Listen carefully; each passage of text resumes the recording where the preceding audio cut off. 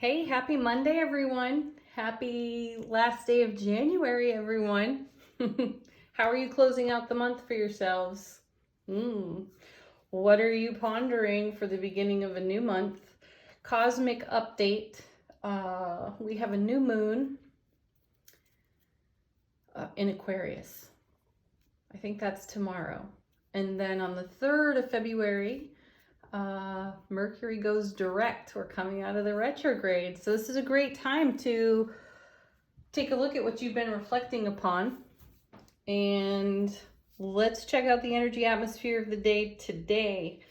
So 31st of January, what's happening out there? How is our soulful presence illuminating and enlightening our waking consciousness? And we have answer the call. What is your soul calling you to do? It's rattling. Oh, darn it. I did that again.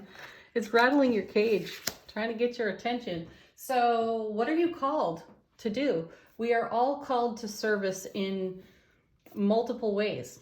What makes your heart sing? And what are you doing about that? Consider it. Talk to the universe. Look for signs. It's what we do, right? It's okay if you don't know right now. Just bring an open heart to the all that is and say, I'm ready. Let's go. And what does the natural world say? What does Mother Nature have to say? Oh, we have the Rainmaker. This reminds me, I watched a video, YouTube from Greg Braden a while back, and he was speaking on the Hopi people and how their language is a now language. For example, they would refer to the ocean as in the ocean is waving, or the sky is snowing, the sun is shining. So do you hear the now language there? How can you speak in a now language over your own life? Recognizing you are the bridge between heaven and earth, and what is it that you are being called to in your soul? How do you talk about that in a now language? I'm gonna pop open the book on this one too, the Rainmaker. This is from, Mystical Shaman Oracle. I get distracted by the eyes every time. So what's our card number? 42.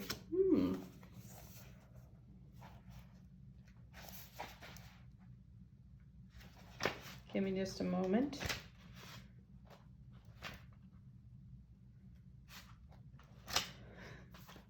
I was hoping it would be one of those where you just open the book and it lands on the page. Okay. So yeah, it's kind of broken into 3 parts. I'm not going to read all that. I'm going to go to the bottom line here. And we have the medicine of the card. Recognize how you are co-creating your world. Nothing is happening out there without your involvement. Remember, the world is only mirroring back to you the condition of your love and your intent.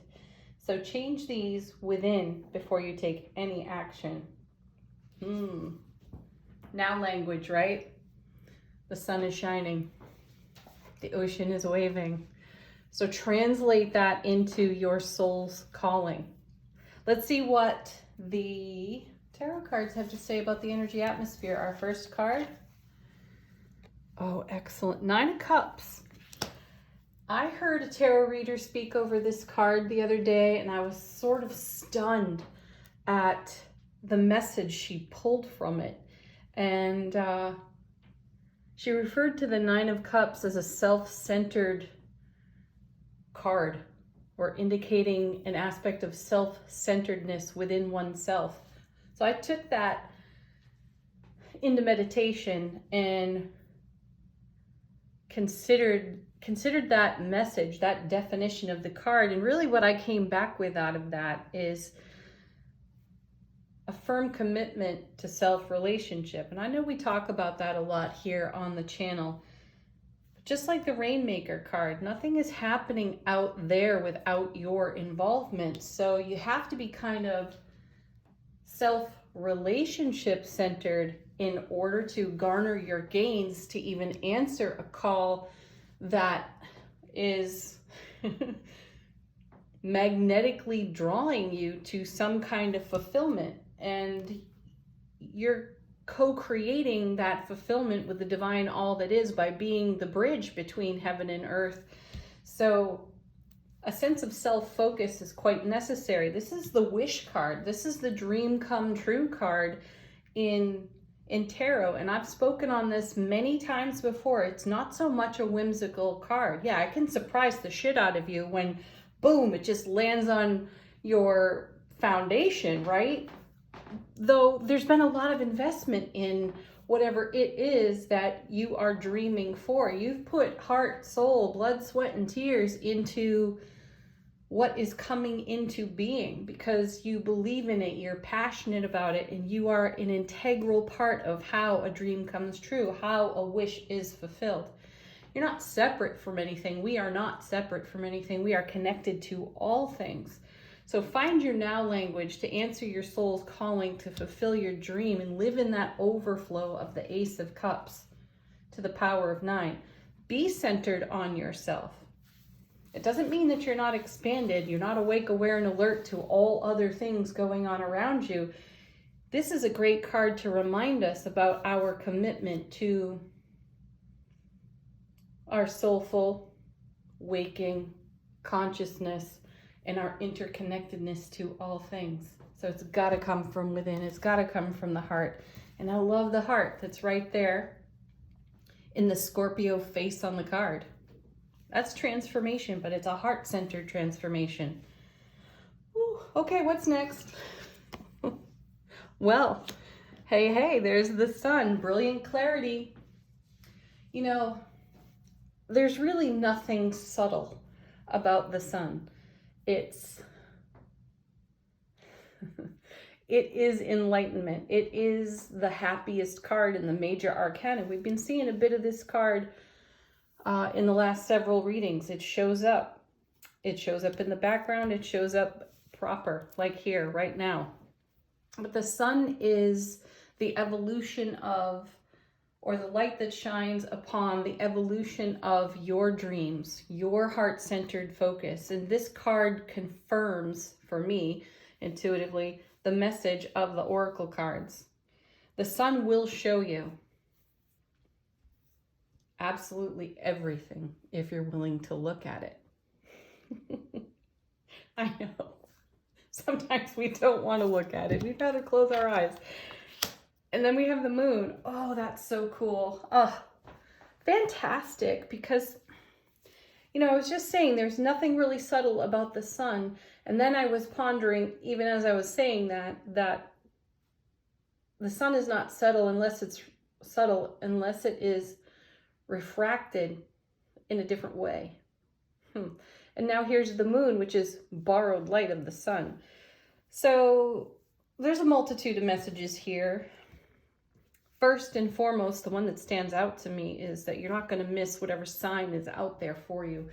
And that's something that I hear from a lot of people. I wonder if that was a sign. Did I miss that sign?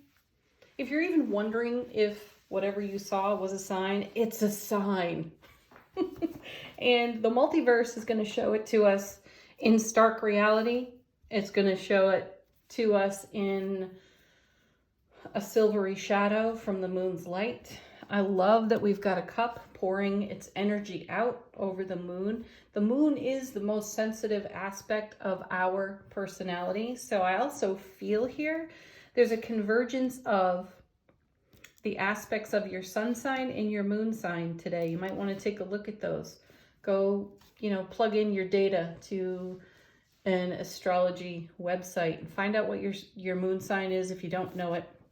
But take a look at the blessings and the challenges of each sun and moon sign and find your 9 of Cups in between them. And then consider your now language. And then consider how your soul is calling to you. You may find quite a deeper message within all that information. You may, if you're the kind of person that is sitting there right now saying, I don't really know how my soul is calling to me, I don't feel called to anything, perhaps you need to expand your awareness, and that could be one way to do it. The other thing that I feel when I look at the sun and the moon together in a reading, we've got divine feminine, divine masculine energy. We have two different kinds of strength. This feels like, in the sun, it feels like vibrant physical strength, and within the moon, it feels like vibrant intuitive strength.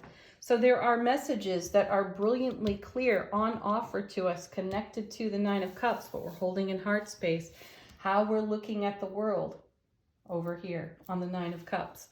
And then we have these beautiful oracle cards pointing out that these now moments are precious, and the multiverse is talking to us every moment, and we can tune into that with brilliant clarity, bringing our strength, bringing our willingness, and bringing our happiness.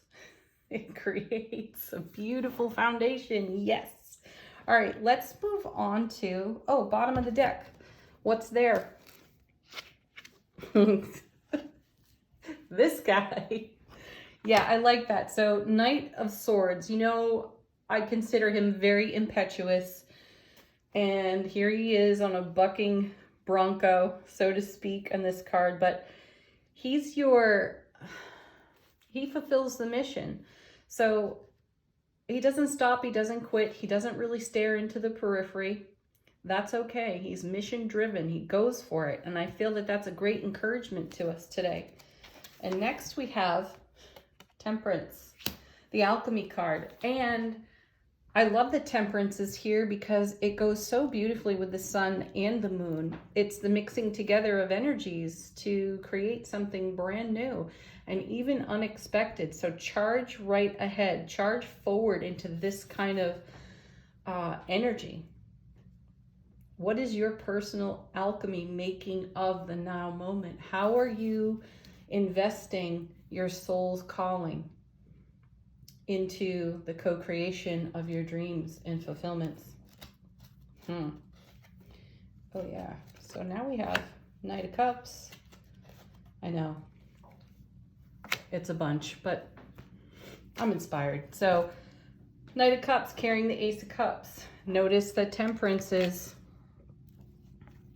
all about the cups. Well, not all about the cups, but it's the mixing together of energy. And where do you take it? How knights move energy between cards. So we have the Knight of Swords charging forward with this beautiful Nine of Cups, Sun, Moon energy right into Temperance, making something new and unexpected out of that. And then we carry it forward with our beautiful Knight of Cups into the Ace of Cups. So you can add the Ace to the 9 and get the 10 if you wish, but that's where we're aiming for anyway. We're always aiming for our greatest potential happiness.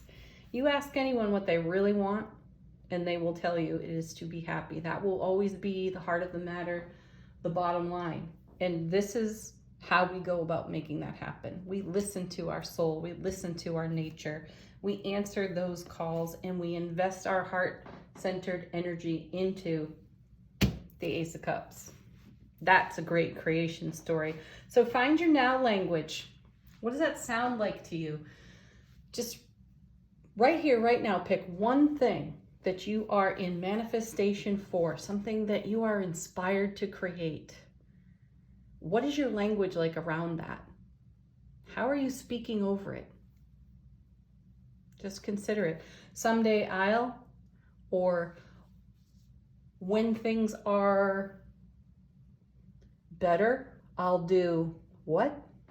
But what about right now? Now is all we have. So use it. Okay. Angel answers. This is your opportunity to ask a question, confirm something. What do the angels want to say to you? Ooh. Nice. Meditation brings answers. It certainly does. I'm a fan of moving meditation. I don't sit still well in meditation. I really do like to be moving. So whether it's folding laundry, the precious mundane tasks of life, you know, washing dishes, whatever. Those are great moments of inspiration and enlightenment because you get kind of zen in those moments, and then awareness dawns. So take your 9 of Cups consideration into meditation. See what happens. If you're great at sitting still, go for it. We had that standstill card the other day. So I'm connecting that to our meditation card today. All right, next we have listen to your intuition. That happens in meditation too. And if you're not listening to your intuition, the sun and the moon together will collectively create a brilliantly clear opportunity for you to get it, whatever it is for you. Okay, one more, maybe 2 more. What have we here? Oh, I love this card. You know I love it. I tell you every time we turn it over, trust. Trust yourself. Trust your inner voice, your wisdom. Oh, I'm hearing from my guide. Stop looking beyond yourself. Look within yourself and trust what you see, hear, feel, perceive. And then forgiveness. Ho'oponopono. We may be needing to do some Ho'oponopono chanting in meditation. Okay, there it is. And by request, I have been asked to bring back Divine Abundance for the final thought for the day. Something perhaps to meditate upon. Okay, this is the one. Change. When the ego finally sees the utter madness of trying to control everything. I don't do that at all, ever. I know, laugh with me. You come to a sacred crossroads in your own evolution. Yeah, you do. And that is true change. There's confirmation of temperance right there. What's your ego trying to control? Is it ranting loudly so that you're not hearing, feeling, sensing, or perceiving the calling of your soul? How you are called to service? Is it pulling you from the now moment? Is that kind of ranting old tape loop distracting you from your 9 of Cups so you have words like try, wait, can't? If so, you have a great little instruction manual right here in this reading to settle the ego. And I remind you, the ego is not meant to be banished. It has a purpose and it creates beautiful contrast. So love your ego, validate what's coming up, and release it into the field of pure raw love, and keep looking at your dreams, goals, intentions through the eyes of your heart energy. Have a beautiful Monday, everybody. So wonderful to be with you. Thank you for your messages. I have been reading them. I will reply. Bye for now. Namaste. Peace. Happiness.